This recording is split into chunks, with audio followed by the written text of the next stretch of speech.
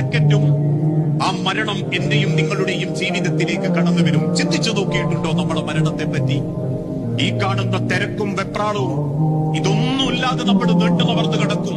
വീട്ടിന്റെ സിറ്റ് ഔട്ടിലോ വീട്ടിന്റെ ഡൈനിങ് ഹാളിലോ. വാർത്തയറിഞ്ഞ മമ്പാട്ടെയും ഇടവണ്ണത്തെയും കുടുംബക്കാരിൽപ്പെട്ട പലരും വാട്സപ്പുകളിലൂടെ കേട്ട വാർത്തകളുടെ അടിസ്ഥാനത്തിൽ നമ്മളെ വീട്ടിലേക്ക് കയറി വരും. നമ്മളോട് പിണങ്ങിയവരുണ്ട്, നമ്മളോട് മുഖത്തേക്ക് മുഖം നോക്കാത്തവരുണ്ട്, മനസ്സിൽ വേറും വാശിയും പകയും കൊണ്ടു നടക്കുന്നവരുണ്ട്.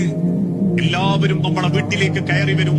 നമ്മളെ മുഖമൊന്ന് കാണും, മാറിയിരുന്ന് സങ്കടം പറയും. പിന്നീട് കുടുംബത്തിൽപ്പെട്ട ആളുകൾ വരും, മറക്കുള്ളിലേക്ക് കൊണ്ടുപോകും. അന്ന് വരെ ഒരുറ്റക്ക് കുളിച്ച നമ്മളെ അവര് കൂട്ടം കൂടി കുളിപ്പിക്കും.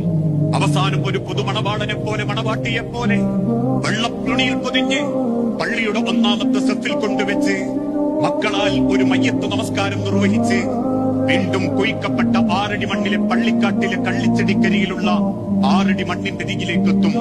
ആ മണ്ണിലേക്ക് ഇറക്കി കിടത്തി 3 പിടി മണ്ണ് വാരിയിട്ട് കബറിന്റെ മേലെയുള്ള സ്ലേവിൽ നിന്ന് ഒരു തരി മണ്ണ് പോലും ആ മയ്യത്തിന്റെ ശരീരത്തിലേക്ക് വീഴില്ലെന്ന് ഉറപ്പുവരുത്തി 4 ഭാഗത്തും കൂടി നിൽക്കുന്ന കുടുംബക്കാരും ബന്ധുക്കളും 2 കൈകൾ ഉപയോഗിച്ച് 3 പിടി മണ്ണ് നമ്മളെ കബറിന്മേലേക്ക് വാരിയിടുമ്പോ ഒരു ഭാഗത്തുനിന്ന് ഒരാൾ ചൊല്ലിത്തുടങ്ങിയിട്ടുണ്ടാകും, അല്ലാഹുമ്മ സബ്ബിതുഹു ഇൻദ സുആൽ, അല്ലാഹുമ്മ അൽഹിംഹുൽ ജവാബ്, അല്ലാഹുമ്മ ജാഫിൽ ഖബ്റ അൻ ജംബൈ, അല്ലാഹുമ്മ ഇഗ്ഫിർ ലഹു വർഹംഹു, അല്ലാഹുമ്മ ആമിൻഹു മിൻ കുല്ലി ഫസ.